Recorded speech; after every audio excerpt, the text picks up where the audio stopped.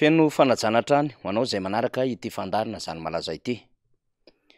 Iresaka ny tontolon'ny fanabeazana antsika satria izany moa no malaza ary izany ihany koa no maresaka any New York États-Unis amin'izao fotoana izao satria nanomboka omaly ny fivoriana lehibe mahakasika indrindra ny fahafito amby fitopolo izay fataony eo anivon'ny firenena mikambana na ny Organisation des Nations Unies zany.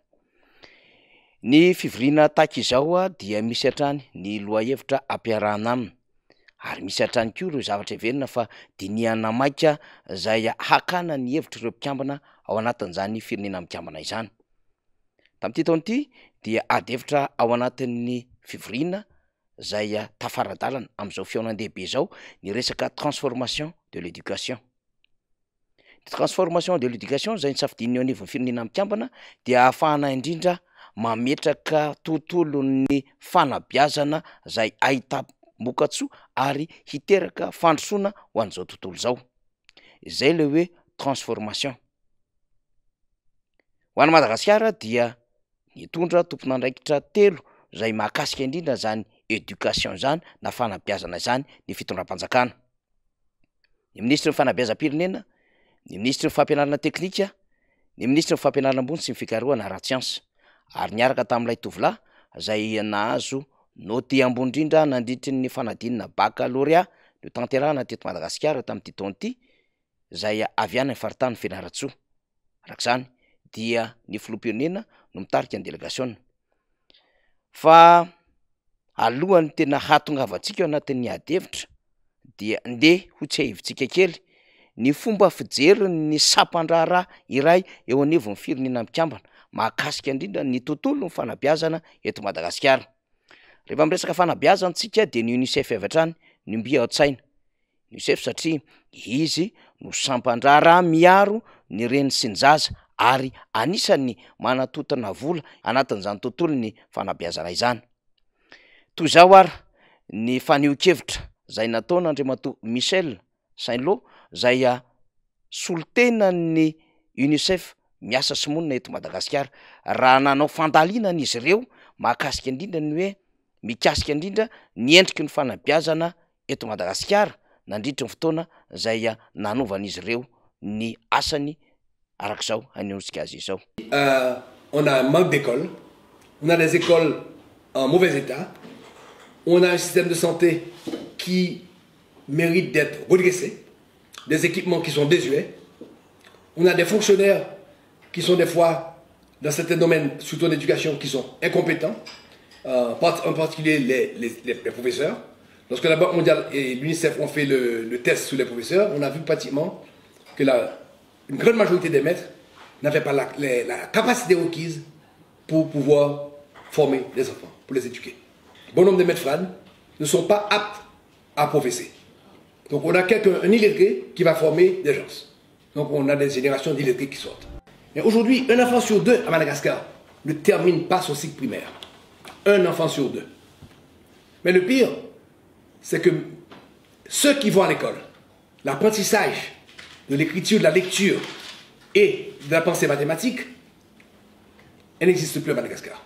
Aujourd'hui, l'enquête menée par le MIX, qui est l'enquête AGRAP que nous avons faite avec l'INSTAT, c'est pas des données UNICEF, c'est fait avec l'INSTAT, a démontré que seulement 7% des enfants du primaire, classe de 3e, étaient capables d'avoir le niveau requis en apprentissage de l'arithmétique. Et moins de 17% étaient capables de lire dans leur propre langue, le malgache. L'éducation n'a fait que régresser en 30 ans. Mais quelles sont les priorités des priorités?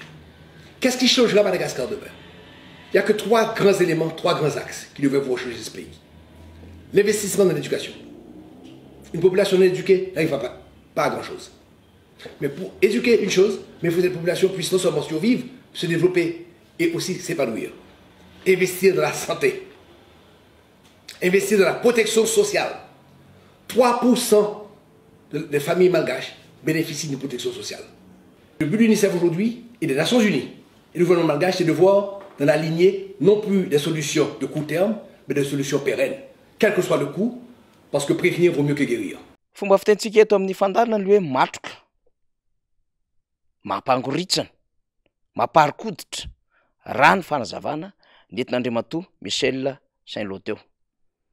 Ray amin'ny roa ozy izy, zany hoe ny atsasaky ny mpianatra, ary raha tsolontsika izy lavidavitra kokoa ka raha misy mpianatra 10 miditra an-tsekoly, ny 5 am'ireo sisa no mahatody hatramin'ny farany ny fanabeazana fototra. Nambarany ihany koa ny olana sedrainy ny tovovavy sy ny tovolahy kely zay miatrika fampianarana ka lasa manambady melony fotoana ary tsy mahatody hatramin'ny farany. Fa ny UNICEF ihany koa mbola nahita tao anatin'ny fanadihadiana fa ny ankizy malagasy eo anelanelany 7 ka hatramin'ny 4.10 taona dia ny 700,000 ihany no mba mahay kajy aritmetika na matematika aty amin'ny ambaratonga voalohany.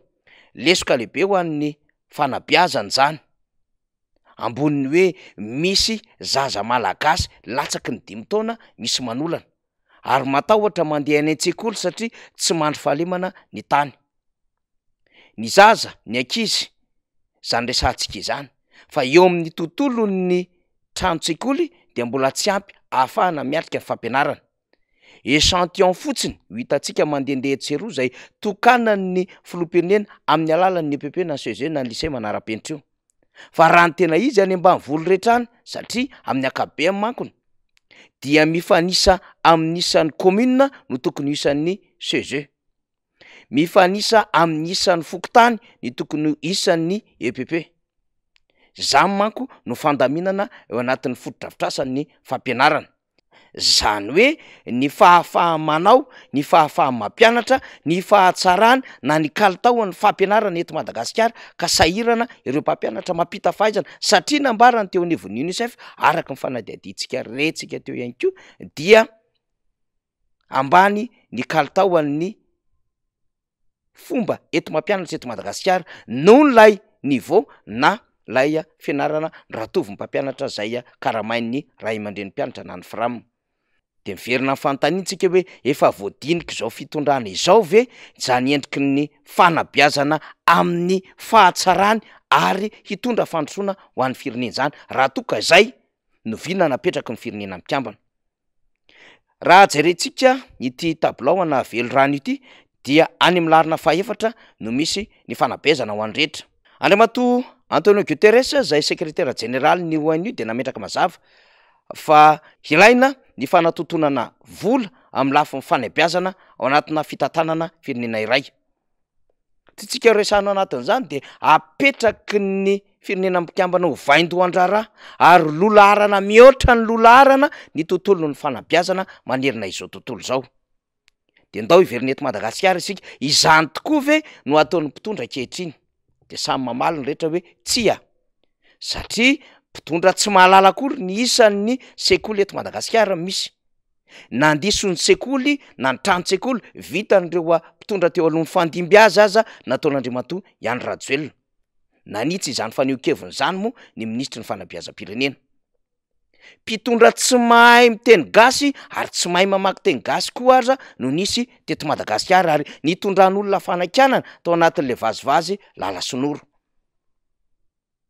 Ary mpitondra zay mitantana eo anatina gouvernemanta feno skandale, feno kolikoly ary saiko voasaringotra amina raharaha-mbola samihafa sy raharaha mafana eto amin'ny firenena amin'ny fanondranana arena tsokosoko sy tsy fahitana an'ireo arena eny anatin'ireny birao-mpanjakana ireny.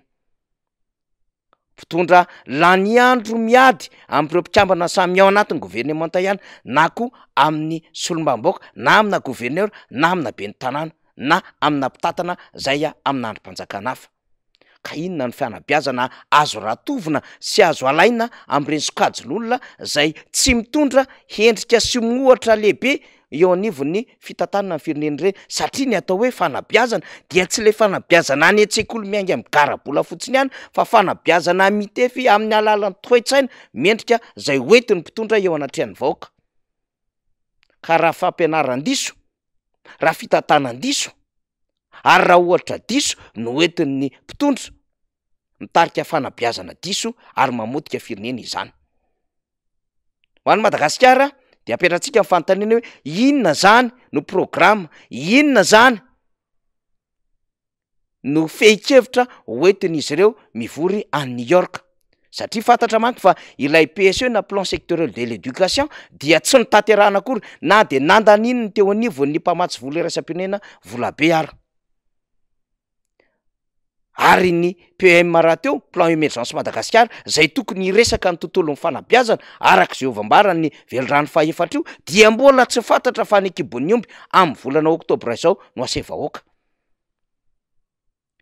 Mody nanatanteraka colloque ny fitondram-panjakana zay nanaovana fakakevitra ho an'ireo rehetra misehatra anatin'ny fanabeazana hanomanana ity fivoriana tanterahana New York ity. Ity colloque ity ara nefa dia mbola notsipahy an'ireo anivon'ny fampianarana tsy miankina amin'ny fanjakana satria tara ny fotoana niantsoana azy ireo ary tsy nahafahan'izy ireo kory ny omana nitondra ny sosikevitra zay avy amin'izy ireo. Lalam-pandrenana nefa de miresaka na ny 5-20 na 7-20 na 4-20 fa 5-20 dia manazava tsara ny andraikitry fampizarana ary mametraka tsara ny fanapahan-kevitra tokony ho raisin'ny fanjakana amin'ny fampandrosoana ny tontolon'ny fampianarana eto Madagasikara, indrindra ihany koa mamevahana ny tontolon'ny fampianarana tsy miankina amin'ny fanjakana. Izy ireo anefa de natao ankilabao, anjorom-bala ary nanana alahelo tamin'ity colloque ity. Kanefa ny résolution zany colloque zany no entina a New York angataham-bola amin'ny firenena mikambana. Magaga sy mamenatra ny zava-misy eto Madagasikara. Fa treto aloha raha fitintsika de hoe mpitondra tsy manao laharam-pahamehana fanabeazana no misy eto, mpitondra tsy mahatsiaro ho zava-dehibe izany fanabeazana izany fa manao an'izany ho sarinady fotsiny ary manao an'izany ho haingom-bato fotsiny hahafahana mikaroka fahefana vaovao amin'ny 3-20 sy 4-20 zany zava-misy zany malaza. Makasitraka tompoko lahy, atelina tompoko vavy.